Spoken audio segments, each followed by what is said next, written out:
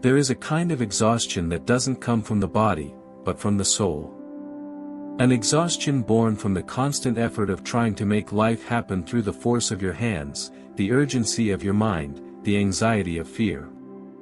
Perhaps you felt this, running after something that never seems to arrive, as if reality is always one step ahead of your desires, as if the universe remains silent no matter how many times you ask. And still, you keep trying. Planning, doing, calculating, pushing, only to feel disappointment again. Then comes that quiet question, the one we rarely dare to say out loud: why does it feel so hard? This question is more common than it seems. It echoes in the hearts of those who believe they must do more, act more, try harder, when, in truth, the invitation might be the opposite. Perhaps the answer lies in doing less. In feeling more. In aligning before acting. Abraham Hicks teaches us that the universe doesn't respond to effort. It doesn't move through insistence, nor is it swayed by our anxiety. The universe responds to vibration. And vibration cannot be forced. It must be nurtured. It must be allowed. We're used to believing that the more we struggle, the more we deserve. That the more we sacrifice, the more worthy we become. But what if this is an illusion? What if the true path to conscious creation lies in releasing the struggle, not out of weakness, but from wisdom? Because there is a place within us where force becomes flow, where control dissolves into trust, and where doing gives way to being. Abraham reminds us, when we are aligned with Source, everything flows more easily. Not because challenges disappear, but because the way we move through them changes. There is no more heaviness, there is purpose. No more urgency, there is presence. In this state, the universe acts. Not against you. Not in spite of you. But for you. Through you. This video is an invitation to return to the vibrational wisdom that lives within you. A journey into the realization that to force is to resist, but to align is to allow. We will explore how this alignment transforms the way we manifest desires, process emotions, and live our daily lives. Because when you change your frequency, the universe changes the way it responds. And that's where the true magic begins. Take a deep breath. Let your defenses drop. Allow this journey to guide you, not into more effort, but into deeper connection. You don't need to force anything. Everything is closer than you think. And much lighter than you've been led to believe. There is a nearly invisible point where effort becomes excess. Where external movement, no matter how well-intentioned, starts to pull us away from who we really are. And it's at this point that many of us get lost. We keep going, making lists, setting goals, waking up early, producing non-stop, but inside, something feels disconnected. The heart no longer beats with inspiration. Intuition goes quiet. And yet, we keep pushing, because we were taught that to pause is to fail, to slow down is to give up. But what no one really told us is that constant effort is often the clearest sign of misalignment. When we're connected to our center, to Source, to our most authentic frequency, action doesn't come from fear, it comes from inspired desire. It doesn't arise from urgency, it arises from trust. Abraham Hicks invites us to notice that transition point, when action turns into tension, when drive becomes anxiety, when intention is tainted by control. Control, contrary to what we often believe, is not security, it is resistance. When we try to control every detail of the journey, every outcome, every timeline, we're telling the universe, I don't trust. And this vibration of mistrust, even when quiet, creates blocks. It closes doors that were just about to open. It distorts signs. It keeps us stuck on the surface, preventing life's natural flow from carrying us forward. This illusion of control produces a specific kind of anxiety, energetic anxiety. It's the sense of always being late for life. Always behind. Always trying to catch something that slips through your fingers. The more we try, the more trapped we feel. It's a subtle but deeply exhausting cycle, because it gradually steals the joy of being present. What breaks this cycle? The answer lies in our emotional state. Abraham is clear: what you feel is what you emit. And what you emit is what you attract. It doesn't matter how much you want something, if your vibration is anchored in fear, urgency, or lack, that's what the universe responds to. That's why, before any external manifestation, we need to nurture our internal world. We need to elevate our vibration through feeling, not doing. And that starts with simple gestures, a few conscious breaths. A moment of silence at sunrise. A memory that triggers gratitude. A song that moves you from the inside out. In these subtle practices, your vibration begins to reorganize. When that happens, action doesn't disappear. It changes in nature. It's no longer effort, it's expression. No longer pressure, but inspiration. What once felt like a struggle now becomes flow. What once felt like obligation now becomes contribution. It's not about abandoning your dreams or sitting back hoping the universe fixes everything. It's about aligning first. Vibrating first. Feeling first. And then acting, from a place of wholeness, not lack. That is the real difference between effort that disconnects, and movement that manifests. There is something profoundly liberating about realizing that the reality we live isn't shaped only by our actions, but by our vibration. This understanding, subtle at first, has the power to radically transform the way we relate to our desires, to time, and to life itself. Abraham Hicks speaks clearly about this: everything you desire already exists in potential, in the vibrational field. What determines whether it becomes reality is your degree of alignment with that frequency. Being aligned with Source means being in coherence with the highest and purest part of yourself. The part that doesn't doubt. That doesn't judge. That doesn't fear. The part that already knows everything is okay, even when the mind struggles to accept it. When we align with this inner dimension, we stop searching outside for what can only be recognized within. And in that recognition, effortless manifestation begins. This manifestation doesn't happen because we want it badly. It happens because we become vibrationally compatible with what we want. And that compatibility is built, day after day, through vibrational practice. That's why meditation isn't just sitting still, it's a return to the frequency of Source. Visualization isn't about fantasy, it's a vibrational rehearsal of the reality already alive within you. Positive affirmations aren't just phrases, they're energetic codes that rewire the subconscious mind. But for these practices to truly work, they must be infused with presence and intention. Not performed as mechanical rituals, but as acts of loving alignment. It's the quiet consistency that shifts the vibration.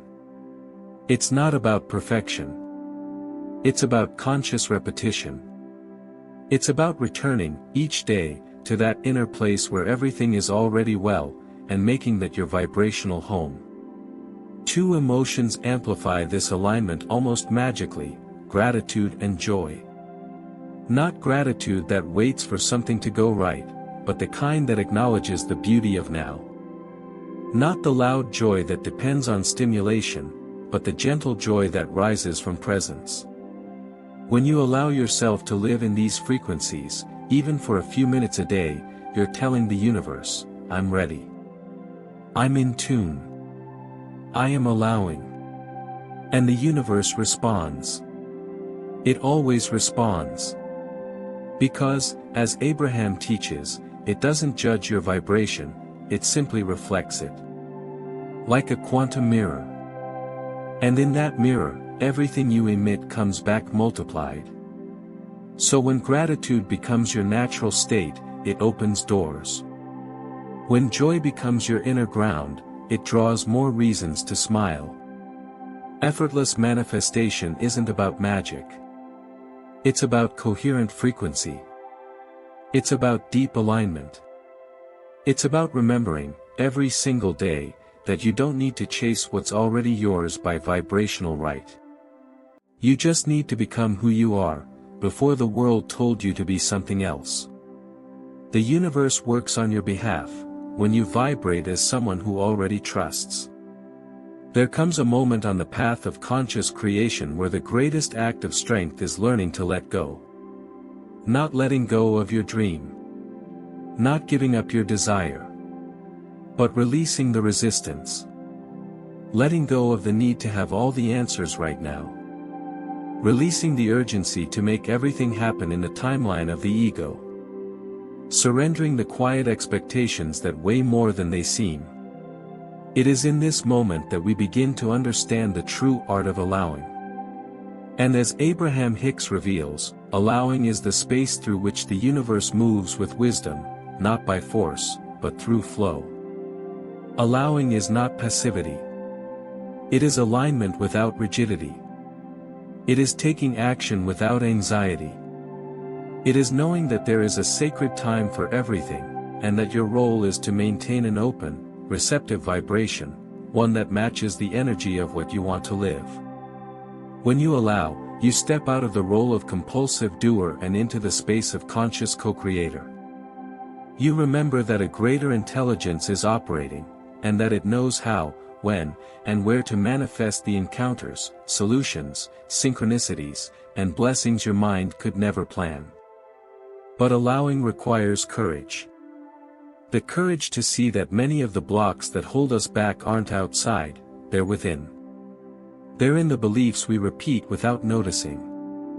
In the mental patterns we've inherited. In the fears that whisper doubts, even in the presence of a faith that's tried to blossom so many times before. And that's why the first step in allowing is identifying resistance. Observing with gentleness where your energy is constricting. What thoughts arise when you imagine something truly beautiful unfolding in your life? Do they come with ease? Or do they echo phrases like, "That's not for me, it's too hard, it'll never happen"? These thoughts are seeds of vibrational resistance. And the more we feed them, the more we block the universe's flow. There are practices that help release these resistances. Conscious breathing is a silent bridge between fear and trust. Writing your thoughts with radical honesty can reveal hidden patterns. Meditation allows you to observe without judgment. And affirmations can be reshaped to move from denial to acceptance. For example, "I'm not good enough" can gradually become, "I am worthy of receiving the best life has to offer." When we release resistance, something begins to shift, not just externally, but internally. We start to feel a new lightness, a clarity that no longer depends on external proof. And with that clarity, we learn to trust divine timing. Because the universe doesn't work on the clock's time, it moves on the soul's rhythm. And that rhythm is precise, profound, and immeasurable. There are real stories that reflect this beautifully. The person who waited years for healing, and the moment they stopped trying to force it, the healing arrived. The project that felt stuck, until the Creator surrendered their expectations, and the path opened. The message that arrived just when the heart stopped pleading and started allowing. These are not fairy tales. They are reflections of a universal truth: when you trust, you create space. And where there is space, life enters. The art of allowing isn't mastered overnight. It's cultivated with patience, presence, and daily acts that quietly whisper to the universe, "I don't need to rush. I'm in tune. I know everything is unfolding at the perfect time. And in that perfect time, the universe acts. There is a quiet truth that weaves through everything we've explored so far. You already hold within you everything you need to co-create the life you desire. And this truth isn't hidden somewhere far away, nor does it depend on complex formulas or dramatic changes. It lives in the vibration you nurture every day. In the way you breathe, think, feel, and respond to life. In this journey, we've spoken about the kind of effort that disconnects us and the alignment that brings us back to ourselves. We've seen how trying to control everything creates resistance, anxiety, and frustration, and how choosing trust, releasing tension, and tuning into your emotions opens space for the universe to move. We've come to understand that your emotional state is the foundation of your manifestation. And it's not about ignoring pain or faking happiness, it's about gently choosing to raise your frequency, little by little. As Abraham Hicks teaches, everything you want already exists. The question isn't whether it's real, but whether you're tuned to receive it. The universe isn't holding back. It's waiting for your vibration to say, yes. So remember the simple practices that can transform your day. Meditate for 3 minutes with full awareness. Visualize your ideal reality, not to escape the present, but to tune into what's already being formed. Practice gratitude not as an obligation, but as a sincere recognition. Find joy in the smallest things, the warmth of sunlight, a silent morning coffee, a pause in the middle of a chaotic day. These aren't small acts. They are vibrational portals. And when repeated with presence, they begin to rewire the frequency from which you live. And that frequency, not the action, not the intensity, but the frequency, is what the universe listens to.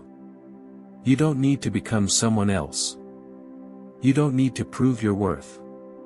You don't need to chase what is already yours by right of vibration. All you need is to allow.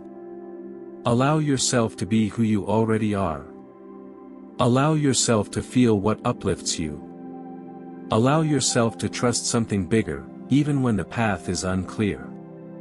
Integrating vibrational alignment into your daily life is, at its essence, a return. A return to your creator nature.